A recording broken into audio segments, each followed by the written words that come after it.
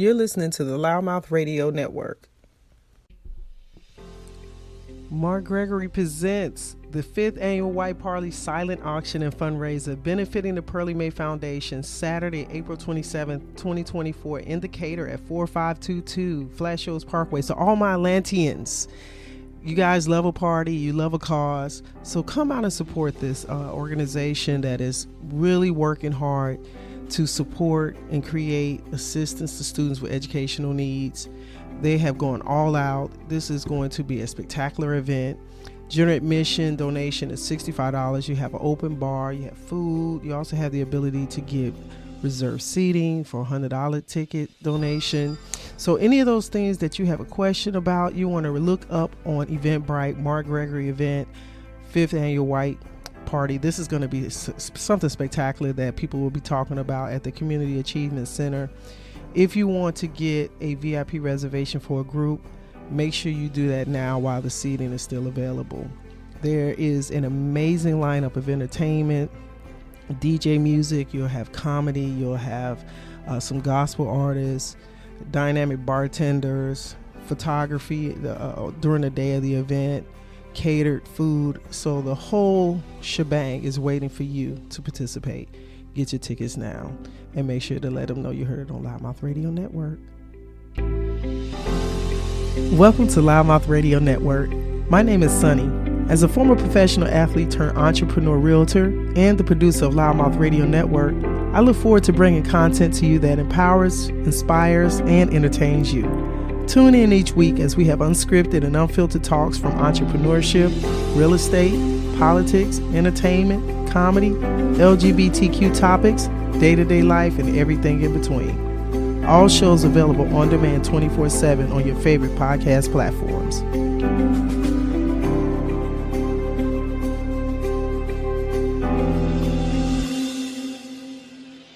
Diamond Valley Lodge, the one-of-a-kind, unique, exotic dining experience for the whole family. Have dinner with real tigers at Diamond Valley Lodge's 100% safe, unique dinner party experience. Ever dined just feet away from a majestic Bengal tiger? Now you can. A magical evening under the stars with open-air seating in an exotic Zen garden, just feet away from some of the most majestic creatures on the planet, all crown jewels of nature. Dinners are served on Friday and Saturday, brunch on Sunday. Reservation only by calling 855-9-TIGERS or 951-390-2670 or visit diamondvalleylodge.com.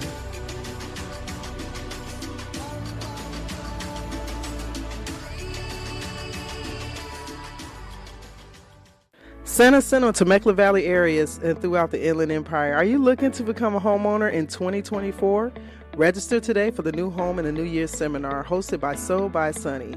Let's get you from rental to homeowner in the new year. Get the latest insight of down payment assistance programs, whether you purchased a home before or purchasing for the first time. We want to make sure you're provided with the necessary information needed for you to buy your new home in 2024. Look forward to seeing you there.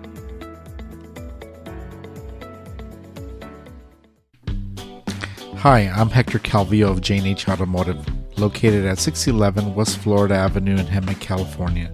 We are a full-service automotive repair shop where you can always expect to receive the highest quality repairs, fairest pricing, best customer service in the industry. My brother George and I grew up watching our dad work on classic cars as a backyard mechanic. His hard work ethic and dedication led us to opening up J&H Automotive in 2009. We started out with a 500 square foot repair shop, and we have consistently grown over the past 15 years to our new 10,000 square foot repair facility in the heart of Hemet. We're open Monday through Friday, 8 to 5. Call 951-766-5999 to set an appointment for all your automotive service needs.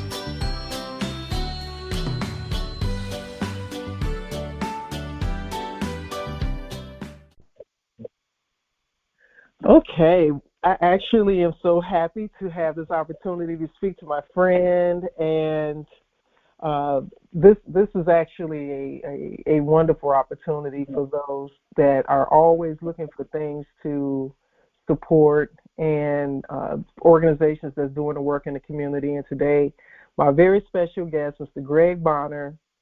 Welcome to Loudmouth Radio Studio today. How are you today? I'm good, and thanks for having me. I'm excited to be here. I really am.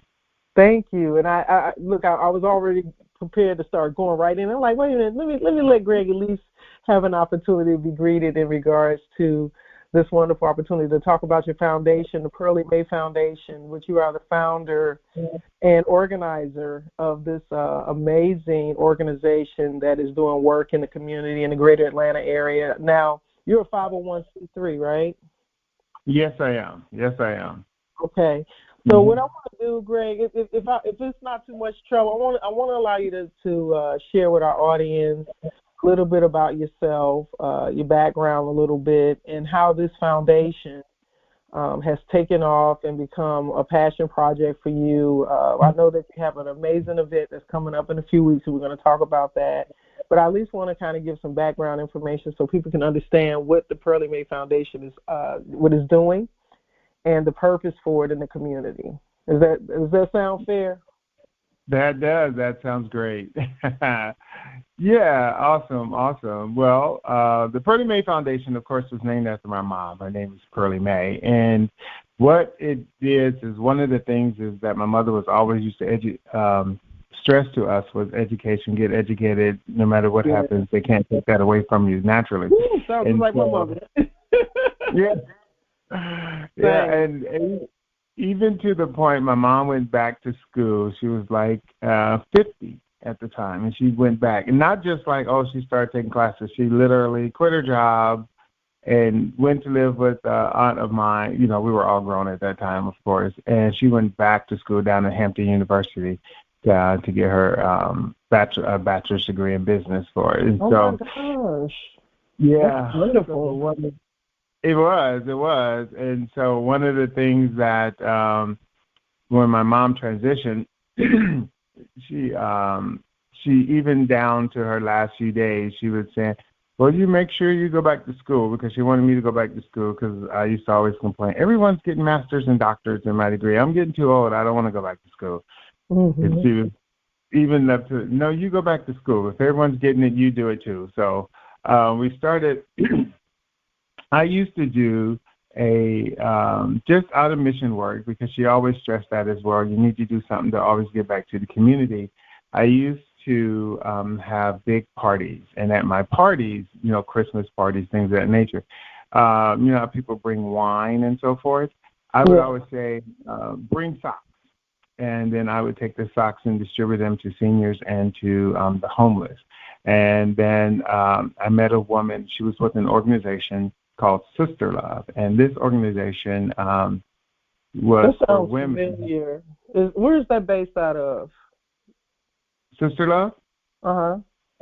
Out of Atlanta. Okay, I was going to say it sounds familiar. Okay.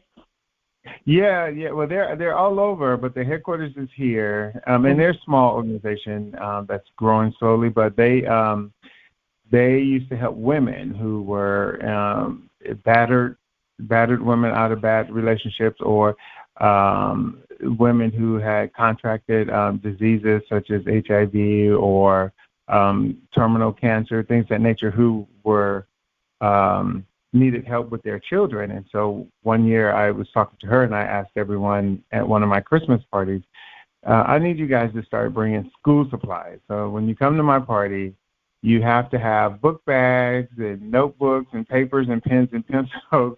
And so from that... That's a good way to do it, honey. Get them involved while you got them vulnerably in your possession.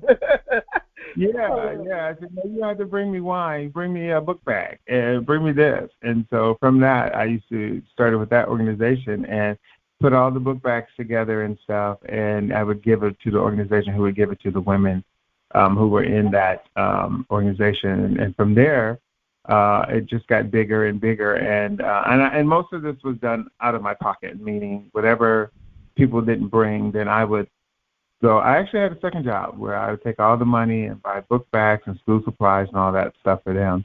And then, Oh, and I so said that's then, wonderful. Mhm. oh, yeah, and about 6 years ago, someone said you should make this a organization so people can donate stuff to you, and everything you don't come out of your pocket, and that's what it is. I applied, and I was speaking with a teacher, a lot of teachers from church and stuff, and one teacher was talking about how the kids at their school were challenged, financially challenged, and came from homes that just getting the basic school supplies was difficult. And so she would buy a lot of supplies and stuff for the school. So I did it, and I had a huge party and charged everyone to come to it. It was only like $10. And all the money that was raised from that was I would buy book bags and school supplies and give it to the teacher. And that's how it came about, where every year I just put a notice out, and the teachers would write to me and say what they needed, and or how bad their school needed it, or so forth. And then I would just pick a school, and I'd have this big what I call a white party. And I did the white party in April as a way to say this is the start of the true spring, where everyone starts having their white parties and stuff. Right. And I had a couple of people who just donated stuff, and I started asking, hey, can you donate something? And I put it up for an auction, a silent auction. And for the last 5 years, that's how it's been. Every year we have a big white party fundraiser with a silent auction, and then all the money would go to buying school supplies. And then last year we had bought 150 school book bags and filled it up with school supplies. And we also gave extra paper, pens, pencils, and so forth to the school. And we was able to give 2 scholarships. And the scholarships came about where I had a cousin. I still have him. Okay. I was going to say, okay. Yeah, and he was not the college type. When he graduated high school, he was like, I'm just not the college type. But he wanted to go because he really loved cars. He was very introverted, very, very painfully introverted. But when it came to cars, it was a totally different person. It was like everything opened up. Passion. Yeah, passion. Yes. I said, who is this guy that won't shut up? Because it's right. But so I said, you know what? We'll give scholarships to people who want to continue their education, but not necessarily a 4-year degree. So I gave even for certifications and trades. That's good. Right. And because as I was researching it, they always say those type of schools would say, yeah, we got financial aid. It's always student loans. There's no scholarship. Right. Exactly. Like HVAC and plumbing and mechanic. Yeah. So the trades, which is significant. We gave I gave 2 scholarships last year, and then this year I just had tons of people asking, hey, I want to go be a CNA. I want to do this. How can I apply? And I was like, oh my God, we really can only do 2 this year. But eventually the goal is to get it bigger. So I talked to a couple of people around about donating stuff. So I have this one guy, his name is Chef Rondo, and he does what is called an adult pizza party. And what that is he comes to your house, and for you and 10 to 12 friends, and he makes these pizzas, but you all come up with the toppings you want with it, and he divides you in groups, and you put your own toppings, and everybody tastes each one's pizza, and then you determine which one is the best, and you play games. It's so much fun. It's like a big thing. Cute. Yeah. And then last year I just happened to run into Baseball Hall of Famer Otis Nixon from the Braves. And I was talking to him, and I said, yeah, do this. And so he donated an autographed baseball, and he donated the baseball that the year he was on the team that won the World Series. Oh no. Yes. The World Series. Yeah. Yep. Right sport. You got it. And he donated that plus an autographed jersey and this picture of him, which I didn't know, but picture. So that's for your silent auction? Yeah, for the silent auction. So I put it up for silent auction. I talked with a representative for Hennessy, and they donated a basket of Hennessy all the alcohol that Hennessy makes, and we put that in the silent auction. Just one bottle of every flavor, including white Hennessy, which I guess is I don't drink. It's rare, But, internationally, yes. Uh-huh. So those who cruise and stuff like that, trust me, they know about the white Hennessy. Yeah, right. For travelers, yes. Yeah, people are always talking about it, so that was a big hit. And Ciroc Vodka through P. Diddy's organization, which I know, they always donate a basket of stuff for martinis. And then I had a jewelry maker. Her name is Yvonne Blackwood out of New Jersey. She donated a whole bunch of jewelry that, she makes all these designer, not really designer, but all this jewelry. And she donated like 100 pieces, and we put those in bags and gave them to all the people that attend. So it's gotten a little bit bigger every year, but this year, I don't know if you guys know Horace. If you're a big basketball fan, you know Horace. Horace Grant. Grant, yeah, from the Chicago Bulls. Of course I do. Chicago's my hometown. Absolutely. Okay, so he donated to me through him a donation was made of an autographed jersey. And that particular jersey is from when they were on the three-peat team. And so they only made 200 of those jerseys, period. Wow. He donated one. Greg, you're getting such great sponsors and supporters. That is amazing. Yeah. So this year we have his jersey. Otis Nixon gave us another jersey. We have an adult pizza party, and Wayne Buckenheimer, who was an NBA player, has a sports organization called WAC Sports, and they do a lot of sports and celebrity golf tournaments and all that. Donated some items and has partnered with the Pearlie Mae Foundation this year to provide a bunch of sports memorabilia to go into the silent auction, and some really big name stuff. And then he works with a lot of huge sports athletes, and they do celebrity golf tournaments all over the all over the country and stuff. So he is targeting and helping us this year as well. So and he was a blessing. I mean, he walked in and just, we can do this for you. We'll do that. He was Wayne was he was a true blessing for the organization this year. That's awesome, man. Greg, when you're doing things like this, a lot of times people don't really understand the work it takes. When there's an organization thrives totally on support, on volunteers, on higher levels of commitment, and it requires work. It's work behind the work. Because even as you're working to gear up to do the things you're doing, you're working just to get the things in front of people that will understand the level of the commitment of what you're doing, the cause, and hopefully have empathetic understanding of what your goals are. And that in itself takes work. So it does. It's a never-ending process. And then even as you talk about the party, you're still working within the realm of hosting the event. So, your downtime doesn't happen until everything is complete, right? Yeah. So one of the things I wanted to ask you, which I think is pretty cool, you chose April, and what I want to ask you, once you guys raise those funds, you get those book bags and stuff like that, do you give them out to the students this time of year, or do you wait till the beginning of the school year to give it to them? Let me one thing real quick. Did I say Wayne Buckingham? I just want to make sure I said that. But right, I think you did.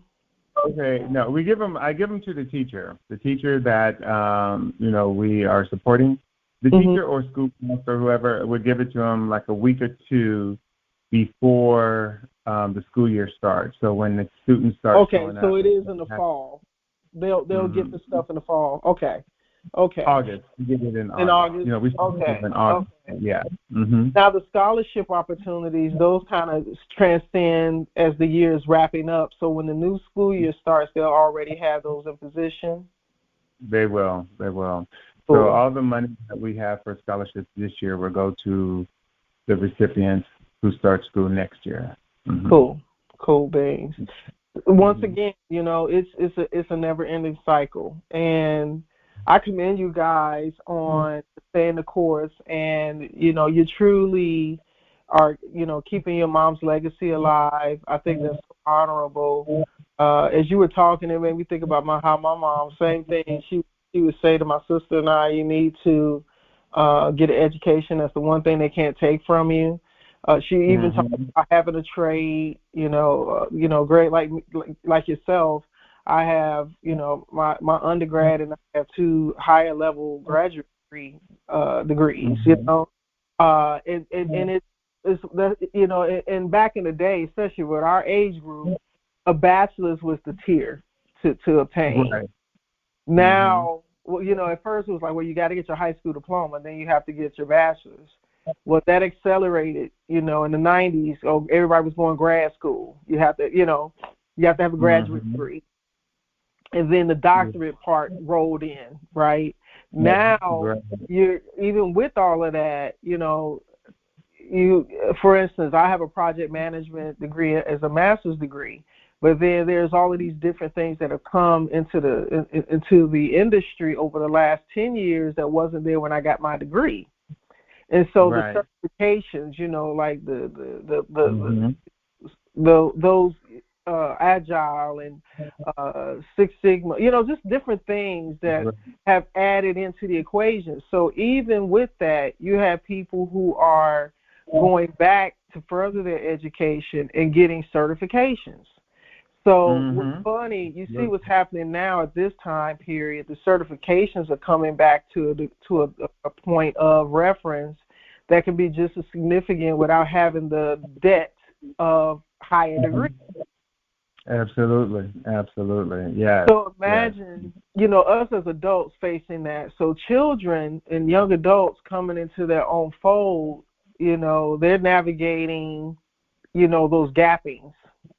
You see what I'm saying? And what it costs for us to go to school is nowhere near to what it is now. You know, for those who are just starting college, right?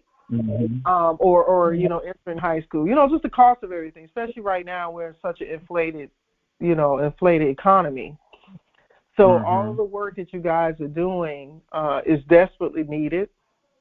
And because of the timing of it, I think that it's great that you give yourself enough time to do this event, to accumulate the opportunities, so when the school year starts, these students can start their year off with the things that they need for their school year. And that takes so much pressure off of a lot of parents trying to figure it out. You know what I mean? So I commend you guys and the Pearlie May Foundation for that. And Greg, do me a favor. I know we kind of went right into the foundation. Talk a little bit about yourself as far as like where you're from and you know, what, you know, just kind of what your background has been. Oh, okay. Well, I was born in Jersey, but I grew up, was raised in Omaha, Nebraska. And yes, there are black people in Omaha, Nebraska. I get the question all the time. But I was raised there, and I went to school there, and I joined the military. Okay. Excuse me, that's a whole long story how I ended up in the military. Which even branch? though I had Army. Okay. Isn't that the only branch? I think everything else is support. Okay. Hey. No biasness here. No biasness here. My dad was Navy. Hey. Go ahead, honey. Yeah. So I joined the Army, and it was one of those where I initially went through nursing school, but I hated it. I hated nursing. And I think at the time the reason was because I was the only male. And I was right into the stereotype, right, made you feel more uncomfortable. Okay. Yeah. And I was in the OR, and so every time we did orthopedic surgery, when you do orthopedic surgery, you have to do you had to operate in these weird, hold the leg up and twist the ankle, and someone and they would always call me, because I was like the only guy at the time. So it just wore me out, and I hated it. So I went back to school and got a business degree. And but during that time, I was in the military 23 years. One of my last duty stations was right here in Atlanta. And just so you know, Nebraska was the worst of weather. It got the absolute worst of everything. It's burning up hot summers. It's freezing cold during the winter. It's always below zero. We have tornadoes there, and all the hurricanes that would come up from the south. Yeah, it's horrible. So I hated it. I knew I wasn't going to live north. So right. I understand, bro. I'm from Chicago. I get it. The hard weather, man. I was like, oh, I'm not doing this the whole of my life. Go ahead. Yeah, and I can't do it now. I can't do it. So I ended up here at Fort McPherson, which is now Tyler Perry Movie Studios, and I just stayed here. And then when I brought my mother down for one Christmas, and they got off the plane wearing fur coats and hats and scarves, and I was standing there with a long sleeve shirt and some sliders. And she said, "Yeah, we're gonna move south." Stop the madness. Okay. Yeah, everyone moved here. So my immediate family, my brother moved here, my sister, I had a nephew moved here, mom was here, everyone. So I loved here, and I really liked the Atlanta community. I just loved it. I loved everyone here. Luckily, I fell into the right group. So everyone here, everyone here was business oriented. Everyone was education oriented. Everyone was always trying to let's start our own business, and that was the classic Atlanta, especially the '90s. That was probably when we consider the biggest migration period, buddy. Yeah. And the Olympics came through there. Were you there before the Olympics? No, I came in '99. Oh, okay. Okay. Yep, right after. Okay. Yeah. You were part of that influx that came coming through there. Absolutely. Yes. That was a good time to be coming into Atlanta too, man. Back then too, you had a lot of things that were popping. Absolutely. So your family is now, so you became an Atlantean. And you've been there now almost 30 years. Yeah. 5 years. Yeah, and I loved it. And like I say, the people, I fell in with the right group, I say. So everyone was entrepreneurial, everyone was business oriented. Even like I said, as I was doing this out of my pocket, other people came and said, no, you need to do this as an organization. Do your 501c3, do this, do that. And then, even now, even with this year being the biggest, like a friend said, hey, I know this comedian, Tanya Cooper, let's call her, And so she's going to be the MC this year. And then another friend was like, oh, there's a singer. Her name is Monica Black. Oh, let's call her. And they just put me on the phone, and she said, yeah, I'll come do it. And she's from Ohio. And so she is going to perform at the group as well. And then how I met Wayne Buckingham and all of them, it was just friends. Because everyone seemed to be here. And that does promote you. And then, everyone was working there. I even remember this one really, really good friend I had a comedy club that I just loved. And I would just like, oh, we got to go. And they stayed almost in Florida. It was an area of Atlanta called, I think, McDonough. And we used to go down to her comedy club, and we just had the best food, great time, whatever. It was just, it was. Shut up, Greg. You're talking about my spot. I love that place. I know. It's so funny. I was just telling, I had a gentleman I just met the other day, and we had a meeting yesterday. And we were talking. He actually started doing some comedy, and he's like, "You want to come back around too? I got a project I'm getting ready to release. It's a comedy series." And I was telling him, I said, "Man, I had a comedy club in Atlanta, and I said, it was kind of in the boonies. McDonough is like, what most people would consider the boonies. Now more people are in that area now, of course. Right. And it's not."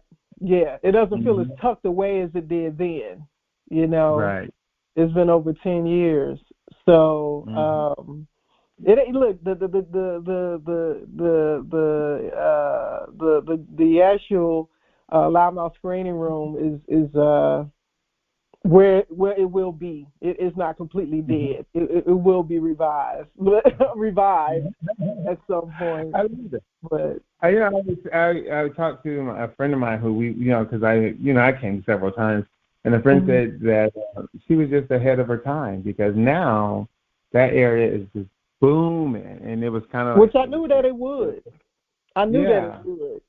But it's the timing of the sticking time, the sticking power of time, and one of the things that was which I think was challenging is that people would be nervous about how long it took for them to get to the interstate, you know, and if they were drinking or and they would like because hey, at that time especially because there wasn't any nightlife down there, it would draw attention from perspective of police or something like that. So people would be nervous, but most times we didn't really have that many issues like that, at all.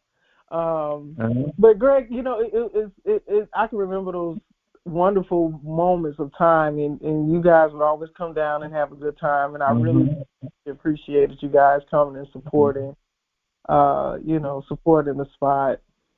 And my mother loved it.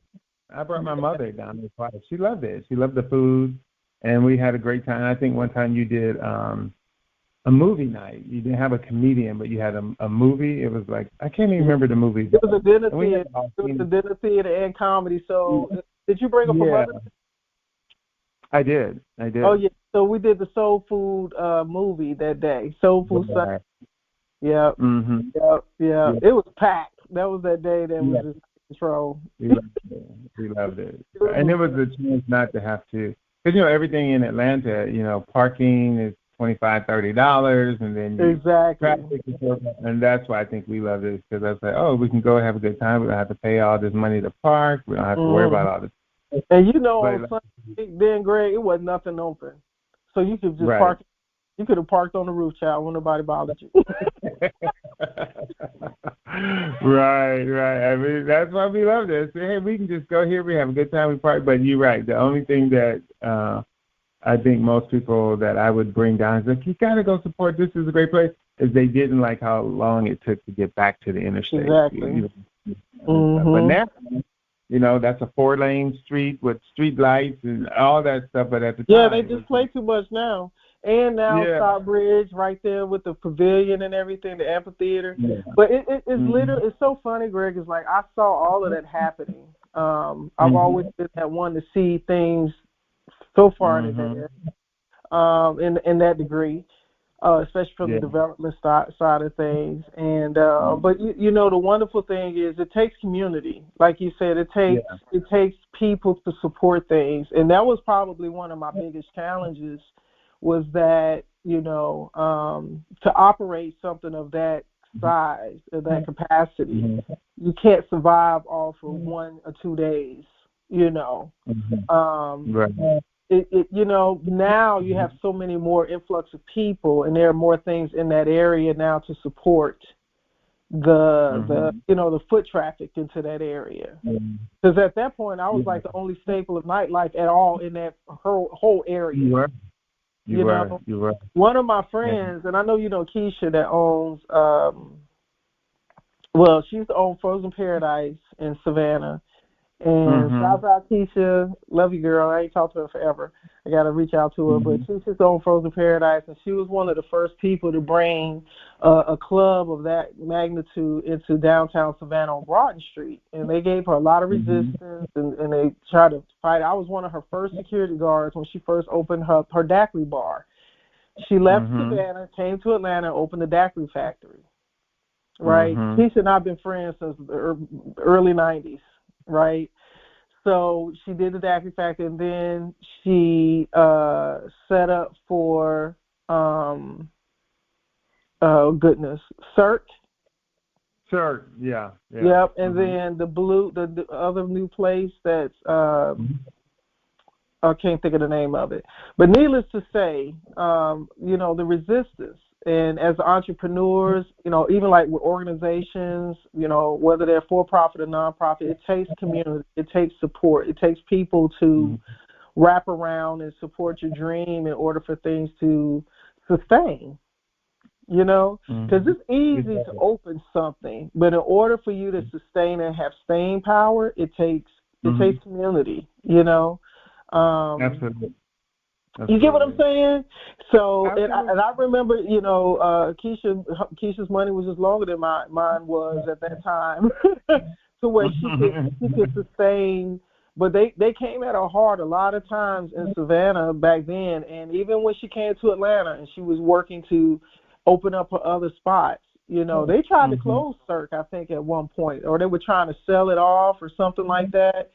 So I commend people like yourself, like Keisha, and even at times I say to myself, like, I accomplished it. I was successful in getting it going, but it took and it takes people like you saying what you're saying to give essence to those who are working to bring something to the community, and it takes community in order to give community. And what ends up happening is, for those who don't know, you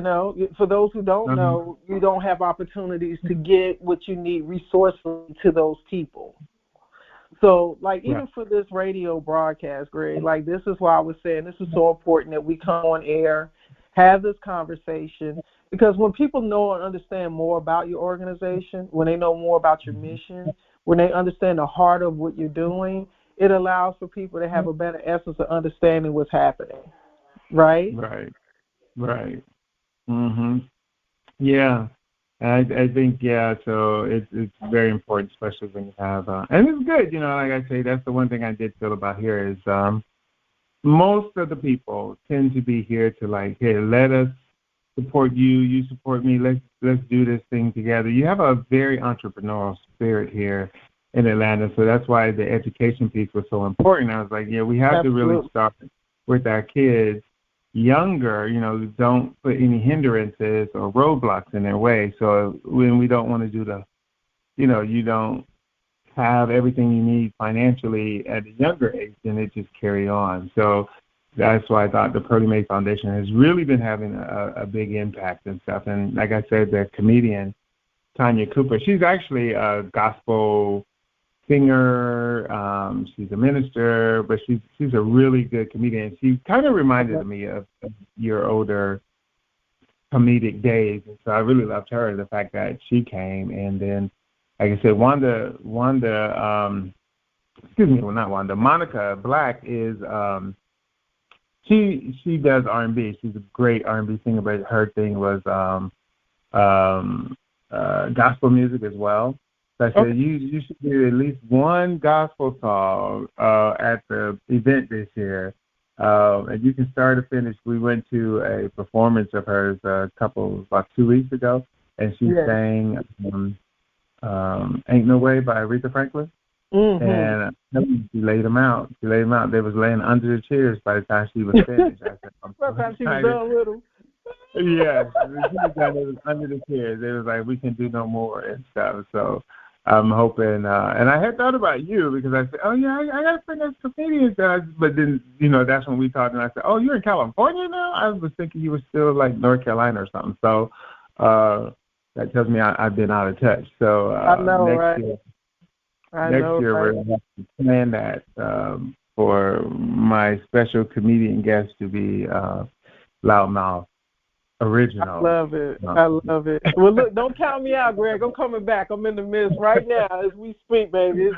It's surviving time, and I'm actually even like what you're talking about. I'm glad to hear that you're getting more and more people involved because more and more people are aware to the events, the organization, and that people are willing to give you resources. That's a plus. Yeah. I'm grateful. And before I don't forget, I want to give a big shout out to Yvonne Blackwood out of Newark, New Jersey, because talking to her and stuff, and she says, the one I told you makes jewelry, and she sent me like 200 pieces of this jewelry and these cute little bags and all. Because we give out gift bags just to thank everyone who made donations and stuff. So, you can put this stuff in your gift bag, and it's very, very, very nice. And then she sent one just for me because she sent a bag last year, and some of the stuff was so nice. I was like, I don't want to put this in a bag. I'm gonna keep this. I'm gonna keep this. And you know what, Greg? You know what's so funny? That's one of the things that as a foundation organizer, you have to also remember yourself in the midst. You'll be so accustomed to giving everything out that you'll be remiss not to recognize. Sometimes, no, you also have to be able to receive for you. You get what I mean? Yeah. So there's times when you'll have those options that'll come to you, and you have to remember to say, oh, you know what? I would like to hold on to this too. Because it's still feeding the organization. It's still, just even gas, when you're going out and, people don't even think about like gas cards. Right. You have volunteers and you're doing things, especially now, gas out here for us, $5.50 right now. It's crazy. Oh, my God. Exactly. So, you'll be surprised how some people don't recognize how just some of the things you wouldn't think help an organization. It is. Trust it. Yeah. Trust me, believe me. Yes. Greg, I'm so proud of you, man. I am so happy for you, and I'm so proud of you. And I've been paying attention as each sponsor has been coming in. I think I saw Tito's. Tito's vodka, I wasn't sure. I don't know if I should talk about the alcohol, but Tito's vodka. This is uncensored, honey. Go ahead and be free. You definitely need to. I wanted to give you the opportunity to recognize all of your sponsors and those who are participating in putting your event to making it a success. And for our listening audience, please give the details, even though I know we'll run the commercial piece of it, but go ahead and give the details of the 5th annual event. Let's go ahead and give that information. So the 5th annual event will be held April 27th. We have our event every year. It's the last Saturday of April. So this year is April 27th. We have special gospel comedian who's going to be our MC, Tanya Cooper. We have special performance by Monica Black, and I'm telling you, she is truly in the line of an Aretha Franklin, Patti LaBelle. She's on that level. She's performing for us this year. And then we had sponsorship from Tito's Vodka, who's making sure that we have a completely open bar this year. And we have Buckingham, which is WAB Sports, who's providing all this sports memorabilia and stuff. And hopefully he's going to be able to make it. He's a former athlete that travels all around and stuff, and he was going to bring some athletes with him, hopefully. So we'll see about that. Nice. The Baseball Hall of Fame. I want to thank James Hereford. He just stepped in. He lives in Alabama, and when things fell out where he saw I was doing everything myself, he drives back and forth from Alabama to Atlanta and does things on weekends. He helped me, here, let's do this, let's do that, let's go check out this place, let's do that. He's calling and coordinating, so I was big special thanks to James Hereford and Robert Brondo, who does like the adult pizza party, who just does it every year. He donates it. Big event. Everyone bids on it because everyone who's bid wants it next year. You know what I mean? Absolutely. And thank him and to Ciroc Vodka. They provided a huge basket of just Ciroc products and with martini glasses and olives and all that kind of stuff with it as well. Which was one of our sponsors. And one of our biggest and one of my longest sponsors, I want to say, every year, Shadana Holston Trimble from Donald Trimble Mortuary makes a huge to help us. Very nice. And see, that just goes to show you, Greg, that even in all type of industries, laterally, that does not stop you from giving. The mortuary, sometimes people look at that grimly, and I'm like, no, I have a very good friend who was one of my clients initially, and we became friends over the last 10 years plus, and she's in the mortuary business. So, you never know where your next blessing can come from. So that is amazing. Yeah, she's awesome, and and she helped me to realize, not change subject real quick, but about you go ahead and pay for your funeral now. So as hopefully we get older and older, our insurance doesn't keep going up because your insurance is already because what it costs to bury people, 10 years ago, now you're looking at it's the cost of a funeral. It is. You see what I'm saying? Yeah. Once again, the inflation. Yeah. So she really helped me. That's what I switched over in. Don Stark Photography. He's flying in from Nebraska to do all the photography and videography for there. And then I have a DJ KG, who's a big-time DJ here in the Southeast, and he travels a lot, and he does a lot of karaoke events, and he DJs a lot of big parties. And he came to our organization and said, I will help you, and he requires an exorbitant fee for his services because he's well known, and people fly him all over to do stuff. And he came to me for peanuts. He said, I'll do it for you for peanuts. And it's really just for his assistant who helps him. I was so shocked and impressed. I love it. But you know what that is, Greg? That's just the universe when it's conspiring with you and you're in alignment. That's how the synchronicity of come together. And it's just a wonderful moment. And it allows you to be able to, I know right now you're already starting to feel the relishing of it, but you already know this is your 5th year, and that's a big deal. Not a lot of organizations survive long enough or stay the course, and you're committed to what you're doing, and it's just showing up. It's showing up in all its forms, and that's a wonderful reason to feel very, very, very proud of what you're doing.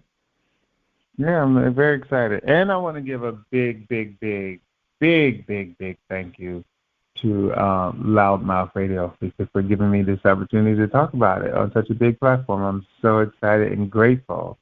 Congratulations. I just want to thank you. Thank you so much. Man, it's our pleasure. I think, for the longest, Greg, we've always just, it's always just been love. For those who don't know Greg Bonner personally, one of the things, and I know you haven't mentioned this, but Greg still has tickets, general admission. I don't know if the VIP tickets are still available, but you got general admission. The general admission tickets are, how much are they, Greg? It's $65 donation, and all of it goes to the foundation. So if you request, we can also give you a certificate or a certification to say you can write this off on your taxes next year. And I was going to say, even if you can't attend, you can still buy a ticket. It doesn't take anything away from the organization. It adds to it. So I am thoroughly pushing that out there just to give that token.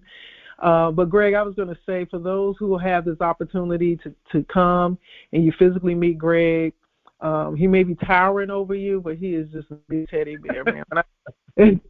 Greg, you see Greg, but the first thing you're going to see that lights up is his smile, and you always have spoke to my heart whenever I've seen you. We've always hugged and have always had warm greetings, and you've always been a good ball of energy.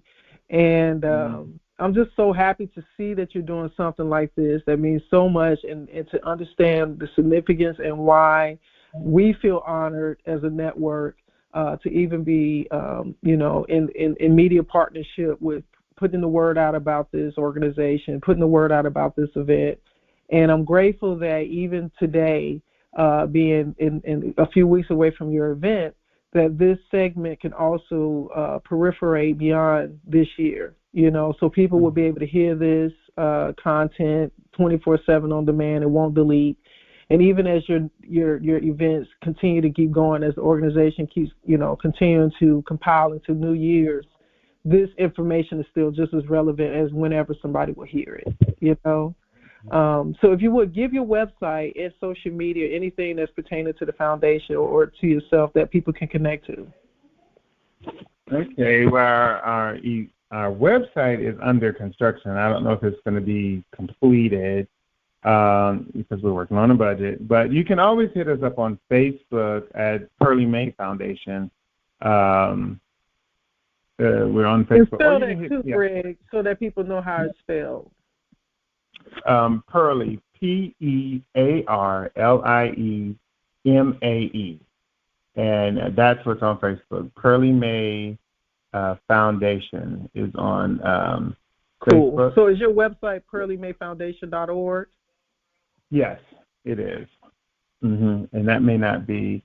Well, I had someone working on it, but they had medical issues and kind of stopped. And so anyway, I don't know if it's going to be done by next week, but it is. Everything that's okay, because the website will still be significant. Whenever they do get the content, they can have a reference point of where to go to find it, which is cool. Yeah. And with you being a 501c3, like Greg said, you'll have opportunity to have a write-off. For those especially those who are in business, you understand those tax bills, how they can add up, and it's important to find different ways that you can, get those opportunities of those kind of savings. So this is a wonderful reason, a wonderful cause to get those tax benefits from, right? Yeah. So, hint. Exactly. Hint. Oh, man. And is there email, phone number, anything else you would like to share for contact? Yeah, you can do. You can just email me directly, because that one I check every day, about 10 times a day. That's gregory.bonner@yahoo.com. We also have pearliemay21@gmail, but gregory.bonner@yahoo.com, you will probably get answered in 10 or 15 minutes because I'm on that all the time. And all the information as far as the link for donations or ticket purchases, that's all on my Facebook page at Gregory Bonner, and also Pearlie May Foundation. All of that's on Facebook as well right now. Perfect. And they can find tickets on Eventbrite. I do remember you have a link, and we'll share that link with this broadcast. I'm going to work diligently today, Greg, to do my best to get this up today so this content can be heard and give opportunities for the last of those. So even if the last of the tickets that you physically have are sold, you still can give to the organization by making that donation purchase. So I am so happy for you, Greg. This is going to be an amazing event. I don't foresee me right now being in attendance, but I'm wishing you guys all the best. On your event. I know it's going to be amazing success. I look forward to seeing all of the pictures and video and stuff that you share after the fact. But thank you so much for allowing us to share your information, the information of the organization and the cause. No, thank you for having me and help and support. I really, really appreciate it. I really do. You're so welcome, honey. Greg, thank you for being a part of our broadcast today, and I look forward to talking to you soon. All right. Thank you. Have a good one. You too, dear. All right. Bye-bye.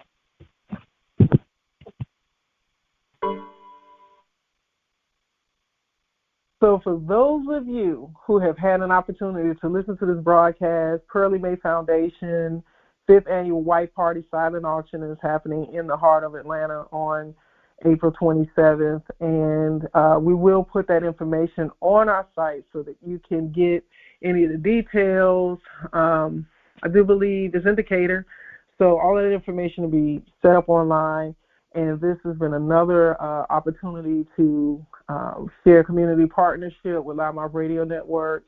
And for those of you guys that are looking for something to partake in giving, this is a wonderful reason to make your dollars go at work, and you'll be making such a difference for so many people that can utilize these school services and those scholarships.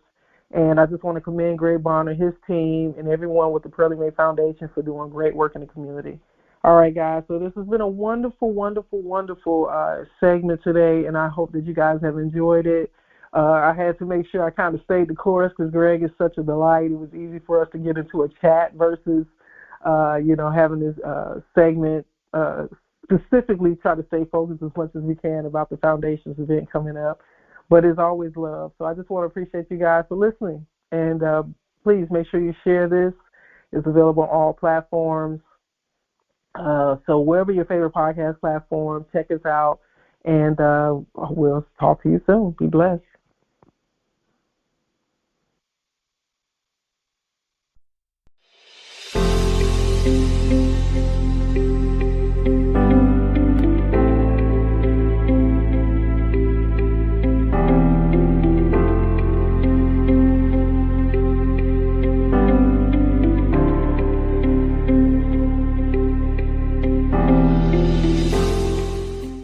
You're listening to the Loudmouth Radio Network.